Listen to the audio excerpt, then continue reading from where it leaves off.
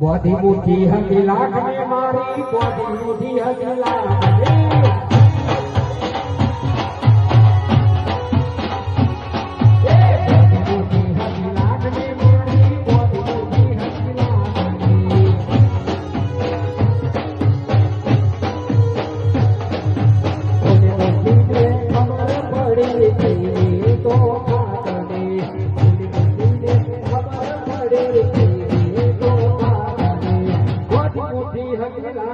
हमारी बोधी बुद्धि हथिला